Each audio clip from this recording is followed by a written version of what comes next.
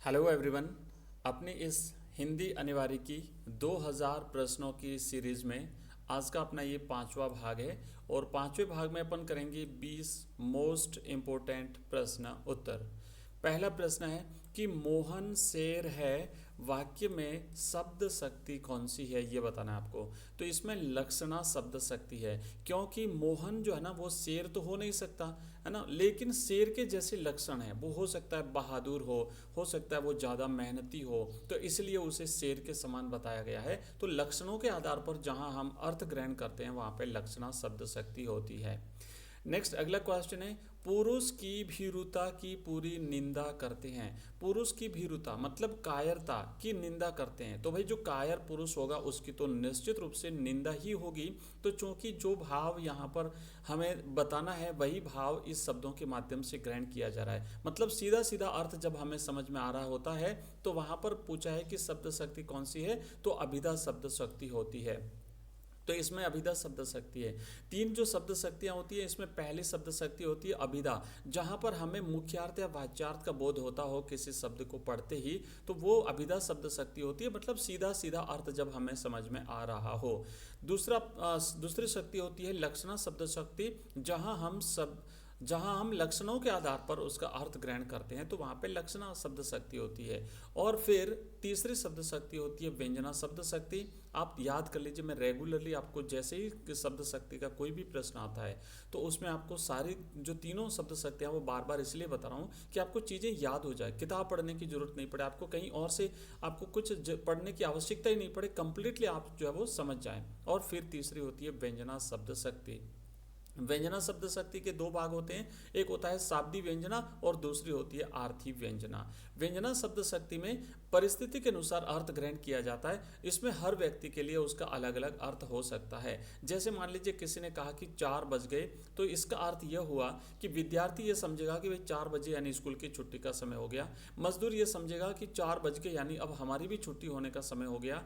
कोई गृहिणी ये समझेगी कि भाई 4 बज गए इसका मतलब शाम के खाने की तैयारी करने का समय हो गया। तो ऐसे अलग अलग अर्थ रहते हैं, तो वो होती है व्यंजना शब्द शक्ति।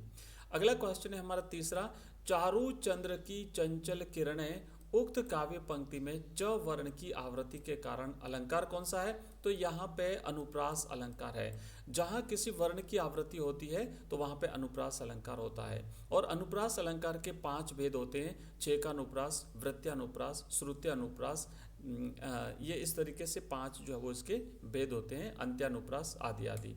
नेक्स्ट चौथा प्रश्न कि जहाँ शब्द की आवृत्ति हो किंतु अर्थ भिन्न हो वहाँ पे कौन सा अलंकार होता है? जहाँ शब्द की आवृत्ति हो रही है और जितनी बार आवृत्ति हो रही है उतनी ही बार उसका अर्थ भिन्न होता है, अलग होता है, तो वहाँ पे यमक अलंकार होता है। जैसे कनक कनक ते 100 गुणी मादकता अधिका है।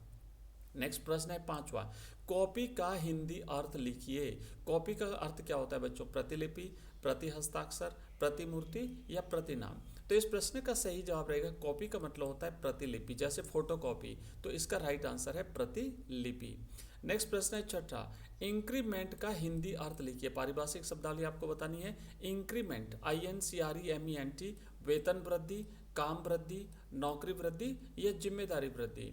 तो बच्चों इसका मतलब होता है वेतन वृद्धि। सालाना जो सैलरी पैसा लोग होते हैं उनके पेमेंट में जो वार्षिक वृद्धि होती है वो इंक्रीमेंट कहलाती है। तो वेतन वृद्धि इसका सही जवाब है।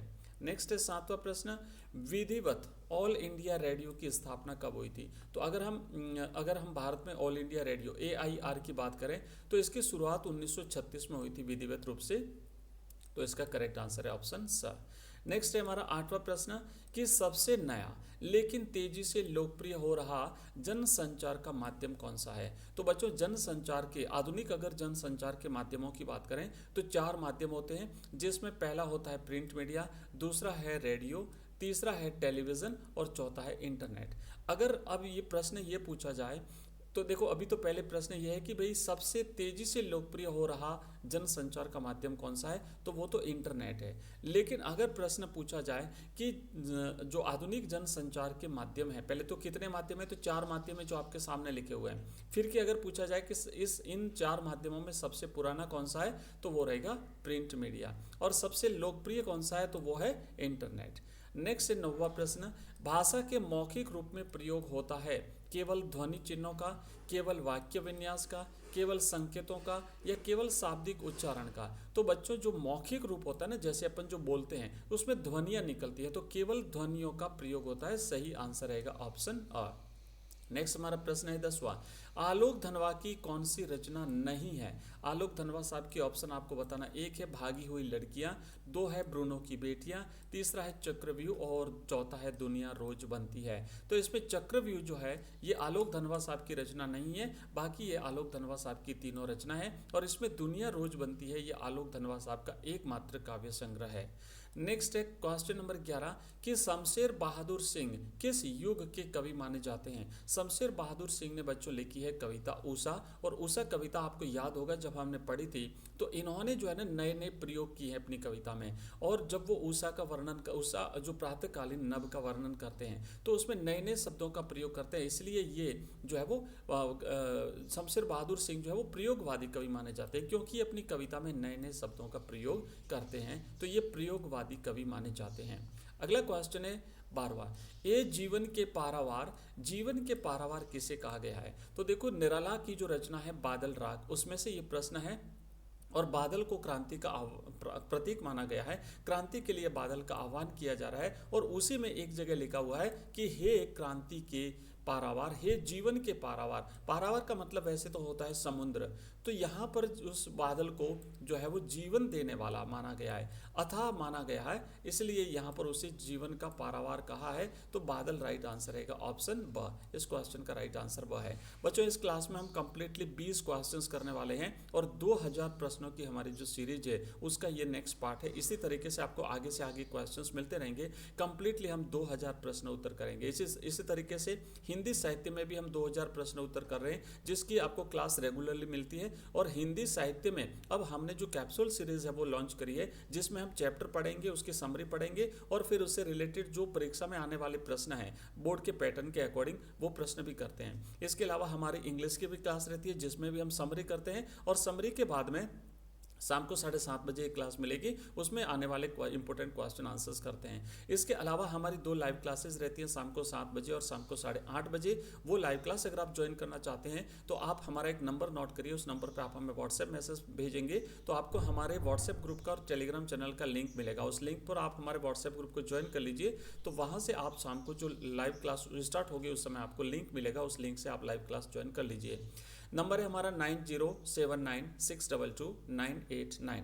बच्चों हमारा ऐप है एजुकेशन राइज, इस वीडियो के डिस्क्रिप्शन में लिंक दिया हुआ है, या हमारे व्हाट्सएप पे जब आप मैसेज करेंगे तो आपको हमारे ऐप का लिंक मिलेगा। उस लिंक पे क्लिक करके आप हमारे ऐप को डाउनलोड कर लीजिए। वहाँ पर आपको सभी प्रकार के कोर्सेज मिलेंगे, जहाँ हमारी ये 2000 प्रश्नों की सीरीज है हिंदी साहित्य और हिंदी कंपलसरी की, आपको वहाँ पर कंप्लीटली मिल जाएगी। साथ ही साथ वहाँ पर सब्जेक्ट वाइज मॉडल पेपर्स मिलेंगे, सब्जेक्ट वाइज नोट्स मिलेंगे, सब्जेक्ट वाइज कंप्लीट कोर्सेज मिलेंगे, और आपको सब्जेक्ट वाइज वहाँ पर टेस्ट सीरीज मिलेगी, जो आपके बोर्ड एग्जाम्स के लिए बहुत ही इंपॉर्टेंट है। चलिए आगे बढ़ते हैं। नेक्स्ट क्वेश्चन है हमारा 13वां कि शीतल वाणी में आग से क्या तात्पर्य है? कवि हरिवंश राय बच्चन साहब अपनी रचना आत्म परिचय में लिखते हैं कि मैं जगजीवन का भार लिए फिरता हूँ, फिर भी जीवन में प्यार लिए फिरता हूँ। और आगे एक पंक्ति में कहते हैं कि मैं शीतल वाणी में आग लिए फिरता हूँ।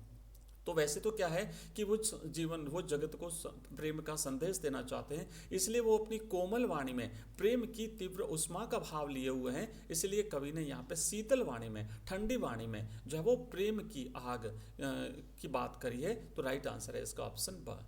14वां प्रश्न है कि आंधी, लू और गर्मी में भी अवधूत की तरह अविचल कौन खड़ा रहता है? तो बच्चों ये होता है शिरीष का फूल। यहाँ पे लेखक ने शिरीष के फूल को अवधूत की तरह खड़ा हुआ बताया गया है। नेक्स्ट 15वां क्वेश्चन, बाबा साहेब भीमराव अंबेडकर का जन्म कब और कहाँ हुआ था? इस क्वेश्चन का सही आंसर आपको बताना है। ऑप्शन 1 है 1891 ईस्वी महू मध्य प्रदेश में, इसका सही आंसर है ऑप्शन ए।